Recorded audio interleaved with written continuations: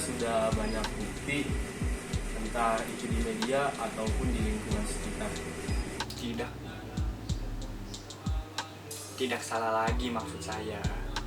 Ya karena gue ngeliat dengan mata gue sendiri, orang terdekat gue tuh banyak yang kena virus ini.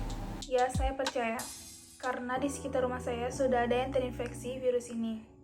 Percaya, karena ada banyak dari mereka dan teman kita yang telah mengalaminya, bahkan sehingga kehilangan orang terkasih. Percaya adanya COVID-19, karena sudah terlalu banyak orang-orang yang terkena COVID-19.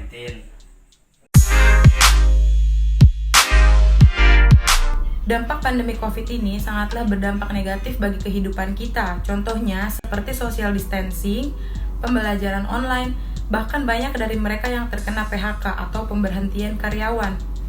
Pendapat negatif gue tentang adanya pandemi COVID-19 ini, pandemi ini menyebabkan banyaknya korban jiwa yang berjatuhan. Pandemi ini membuat perekonomian kita menurun drastis, dan secara tidak langsung pandemi ini juga membatasi ruang gerak kita. Tapi di sisi positifnya, dengan adanya pandemi ini, masyarakat lebih peduli lagi dengan yang namanya kebersihan. Dengan adanya COVID-19 ini sangat mengganggu aktivitas masyarakat di berbagai aspek. Wabah virus ini merupakan bahaya nyata dan dapat menginfeksi siapa saja. Sangat merugikan, terutama ekonomi. Kaget sih, saya kira varian Delta ini sama seperti sebelumnya. Apalagi varian Delta ini masuk saat pemerintah lagi gencar-gencarnya mengedukasi masyarakat untuk divaksin. Seiring dengan tingkat penularan varian Delta yang lebih tinggi, maka diperlukan protokol kesehatan yang lebih ketat. COVID varian Delta ini sangatlah beresiko, karena COVID varian Delta ini bisa semakin memperlemah kekebalan tubuh. Maka dari itu, kita diwajibkan untuk mendapatkan vaksinasi. Corona versi Delta ya, harus lebih waspada sih, mungkin lebih berbahaya. Varian terbaru ini tingkat penularannya lebih tinggi dan tingkat kematiannya juga lebih tinggi. Meski varian ini terlihat sangat menyeramkan sekali, kita harus tetap berpikiran positif bahwa kita pasti bisa melewati fase yang genting ini dan kita pasti bisa hidup seperti sedia kalanya lagi. Tetap semangat, tetap berpikiran positif, dan tetap bahagia. Terima kasih. Jadi kan bisa kan selesai tuh. Coba dari tadi begitu. Bosen ya ngomongin COVID terus. Sama, gue juga bosen. Gimana caranya supaya topik obrolan kita kembali seperti dulu?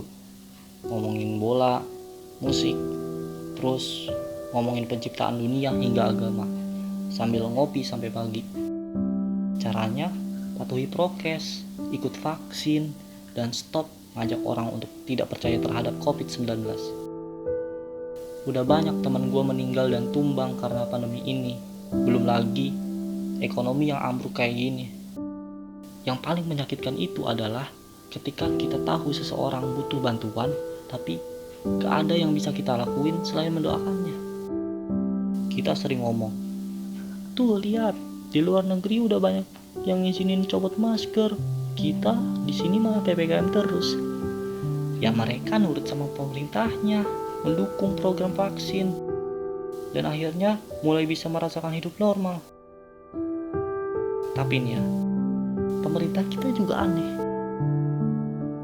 Denial sejak awal pandemi, gak ngikutin kata ahli kesehatan dan profesor.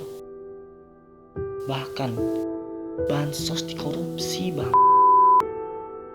Nuraninya itu loh di mana? Mereka malah sibuk sama hal yang gak ada hubungannya sama pandemi. Bikin UU Omnibus Law, UU KPK, Ibu Kota Baru. Padahal pemerintah pegang APBN triliunan, punya otoritas kontrol bandara, punya jutaan pegawai, bisa bikin aturan apa aja. Tapi kenapa tuan-puan malah menyalahkan kami? Kau tidak taat protokol kesehatan. karena kami cuma punya masker. Bukan. Saya bukan mencari siapa yang salah. Tapi ayolah, semua gak ada yang mau di situasi kayak gini. Kita semua bisa melawan COVID ini dengan kerjasama, bukan satu pihak yang kerja. Stop mikir elit global, konspirasi, dan sebagainya. Semakin lama pandemi ini, semakin rugi waktu kita yang terbatas di dunia ini.